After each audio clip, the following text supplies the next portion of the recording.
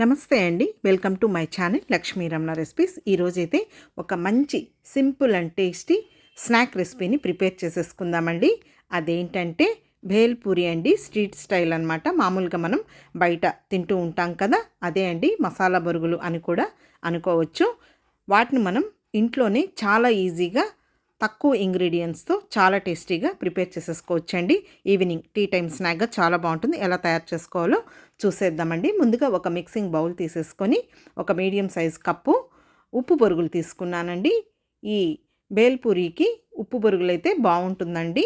తర్వాత ఇందులో ఒక పెద్ద ఉల్లిపాయని చిన్న ముక్కలుగా కట్ చేసి వేసేసుకొని, అలాగే ఒక పెద్ద టమాటోని కూడా చిన్న చిన్న ముక్కలుగా కట్ చేసి వేసేసుకొని, ఒక మీడియం సైజులో ఉన్న పచ్చిమిరపకాయని కూడా చిన్న ముక్కలుగా కట్ చేసి వేసేసుకోవాలండి.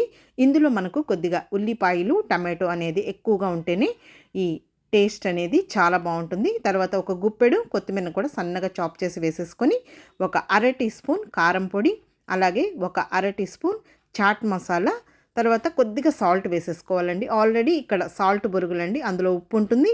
తర్వాత చాట్ మసాలాలో కూడా సాల్ట్ ఉంటుందన్నమాట. కాబట్టి మనం చూసి వేసేసుకోవాలండి సాల్ట్ అనేది. తర్వాత ఇందులో ఒక అర్ధం నిమ్మకాయని ఇలా నిమ్మరసం పిండేసుకొని ఇప్పుడు ఇవంతా కూడా బాగా కలిసేటట్టు కలిపేసేసుకోవాలి.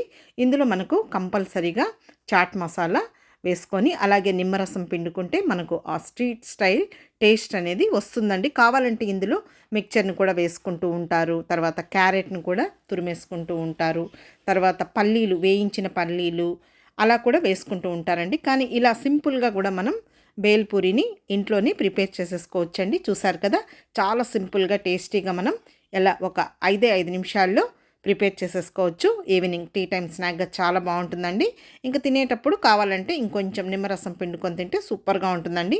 కాబట్టి చూసారు కదా అండి, మామూలుగా మనం స్కూల్ నుంచి పిల్లలు ఆకలితో వచ్చిన వెంటనే ఈ విధంగా మనం చాలా క్విక్గా టేస్టీగా ఈ స్నాక్ని ప్రిపేర్ చేసేయచ్చు. కాబట్టి మీరు కూడా ఒకసారి తప్పకుండా ట్రై చేయండి. వీడియో మీకు నచ్చితే లైక్ చేయండి, షేర్ చేయండి. కొత్తగా చూస్తున్న వారి ఛానల్ని సబ్స్క్రైబ్ చేసుకోండి. ఇంకొక మంచి వీడియోతో మళ్ళీ కలుద్దాం. నమస్తే అండి.